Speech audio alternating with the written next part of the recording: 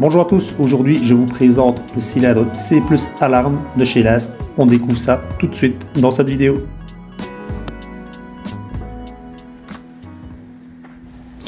Tu as envie de sécuriser la porte d'entrée de ton appartement et en même temps en profiter pour retirer les capteurs sonores que tu as reçus l'année passée à Saint-Nicolas dans une pochette surprise? Ou pire, la technique de ta grand-mère avec la tasse sur la poignée? J'ai alors là une solution pour toi, un cylindre 2 en 1 de chez LAS. D'un côté, une sécurité mécanique et de l'autre côté, une alarme incorporée. 2 en 1 dans un cylindre de sécurité. On est donc ici sur un cylindre PZ européen avec des clés paracentriques, des clés à micro-fraisage. On a également une carte de duplication. Ce n'est pas une carte de propriété, donc les clés ne sont pas protégées. Il ne faudra pas la carte pour reproduire des clés. Ici, ce qui est vraiment sympa, LAS vous fournit 5 clés d'origine. D'habitude, avec les autres marques, c'est 3. Ici, sont généreux. Vous avez déjà 5 clés de départ. D'un point de vue sécurité sur le cylindre contre l'effraction, tout d'abord, on a un fusible à rupture. Donc, on a une rainure qui est créée tout autour du cylindre, qui est un pré-cassage. Si on essaye de venir casser le cylindre avec une pince, celui-ci va casser uniquement la partie extérieure et le reste va rester dans la porte. Autrement dit, ça ne donnera pas accès au panneton afin de déverrouiller la serrure.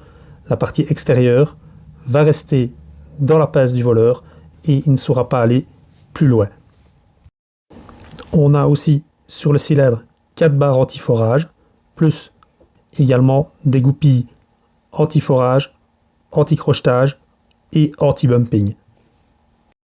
Donc ici on peut constater qu'on est sur un cylindre de sécurité qui est vraiment bien équipé. Donc le fusible anti-cassage, les barres anti-forage, les goupilles anti-bumping, anti-crochetage. Maintenant, c'est sûr que ça n'empêche pas d'équiper votre porte aussi d'une bonne rosace blindée, d'une serrure multipoint pour vraiment avoir un package complet sur de la haute sécurité sur une porte. Un cylindre seul ne représente pas la sécurité ultime sur une porte. C'est un ensemble d'éléments qui vont protéger votre porte. Venons-en maintenant à la partie alarme. Donc l'alarme se trouve dans le bouton. Alors le gros avantage, on n'a pas de pile, c'est un accu et on peut charger avec un câble sur un type micro USB. Donc là, super, on n'a pas besoin de chercher après des piles. L'avantage aussi, c'est que vous aurez une petite LED ici qui va s'éclairer à un moment donné si la batterie est faible. Donc il y a des codes couleurs et à un moment, la LED va clignoter pour vous dire il est temps de changer la batterie. Et on n'est pas obligé d'amener le câble sur la porte. Vous voyez, elle se déclipse en vraiment 2 temps 3 mouvements et on a l'alarme en main pour pouvoir aller la mettre chargée près de son chargeur de téléphone. Une fois que c'est fait, on la reclipse et c'est reparti pour plus ou moins la marque annonce 3 mois de vie d'une charge. Donc une fois que le témoin est allumé, vous remettez chargé et vous êtes reparti pour 3 mois d'autonomie. Petit inconvénient selon moi, on aurait préféré voir un type C plutôt qu'un micro USB, étant donné que le type C devient maintenant le standard en termes de chargeur. Autre avantage sur ce cylindre, on a un bouton qui est réglable en 3 positions. Donc ça permet de pouvoir reculer le bouton s'il faut, si la garniture intérieure était plus épaisse ou autre, on sait le déplacer. C'est aussi un avantage au placement. Sur le bouton ici, on a un petit interrupteur pour activer l'alarme. Donc lorsque vous partez, vous passez le voyant ouvert, l'alarme est activée. Il va biper pendant 30 secondes. C'est les 30 secondes pour fermer la porte et la verrouiller. Après les 30 secondes, l'alarme va s'activer et si on vient s'en prendre à votre porte, l'alarme va sonner.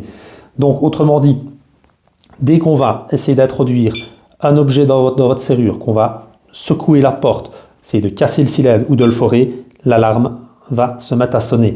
Il y a juste un délai de 30 secondes, car étant donné, une fois que vous allez introduire votre clé, vous pourrez rentrer normalement, il va détecter comme si c'était une intrusion. Donc là, il y a 30 secondes de délai avant d'avoir l'alarme qui se déclenche. Donc quand vous rentrez, vous déverrouillez votre porte et puis vous repassez le petit voyant sur off et l'alarme est coupée.